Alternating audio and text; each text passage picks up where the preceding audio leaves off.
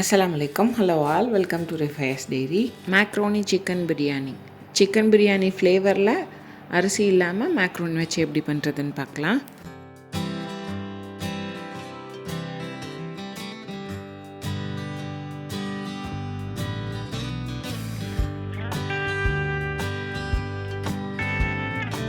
செய்கிறதுக்கு ஒரு குக்கரில் 3 டேபிள் ஸ்பூன் எண்ணெய் சேர்த்துக்கணும். இது கூடயே உங்களுக்கு நெய் வேணும்னாலும் சேர்த்துக்கலாம். எண்ணெய் சூடானதுக்கப்புறம் ஒரு பெரிய வெங்காயம் இந்த மாதிரி ஸ்லைஸ் பண்ணி வச்சுருக்கதை சேர்த்துக்கணும். வெங்காயம் லைட்டாக கலர் மாதிரி வர வர நல்லா வதக்கி எடுத்துக்கணும்.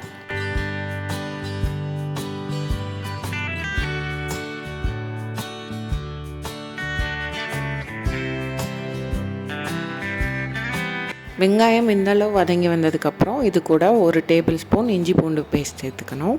அதோட பச்சை வாசனை போகிற வரைக்கும் இதையும் நல்லா வதக்கிக்கணும்.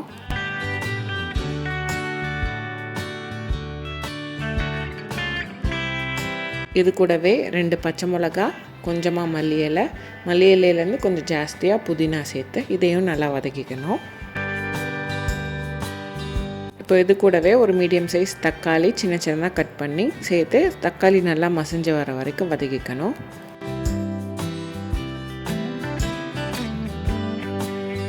தக்காளி நல்லா வதங்கி வந்ததுக்கப்புறம் இது கூட ஒரு டீஸ்பூன் மிளகாய்த்தூள், 1/2 டீஸ்பூன் மல்லித்தூள், இது கூடயே ஒரு டீஸ்பூன் கரம் மசாலா, தேவையான அளவு உப்பு, இதெல்லாத்தையும் சேர்த்துட்டு உங்களுக்கு மஞ்சள்தூள் வேணும்னாலும் சேர்த்துக்கோங்க. இதெல்லாத்தையும் நல்லா வதக்கி விட்டுக்கணும். இது கூடயே 1 டேபிள் ஸ்பூன் தயிர் சேர்த்து நல்லா வதக்கி விட்டுட்டு தயிர்லேருந்து எண்ணெய் பிரிஞ்சு வர வரைக்கும் வெயிட் பண்ணணும்.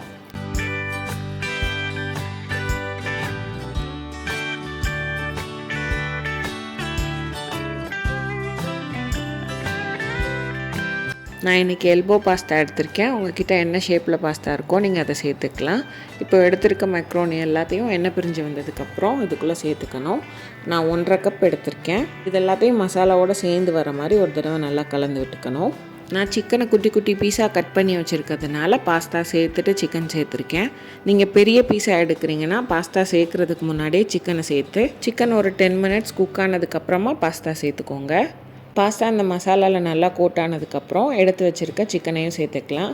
நான் 300 கிராம் போன்லெஸ் சிக்கன் எடுத்து சின்ன சின்ன பீஸாக கட் பண்ணி வச்சுருக்கேன். சிக்கன் பாஸ்தாவோட கலந்து கொஞ்சம் லைட்டாக குக் ஆகி வர மாதிரி வதக்கி விட்டுக்கோங்க.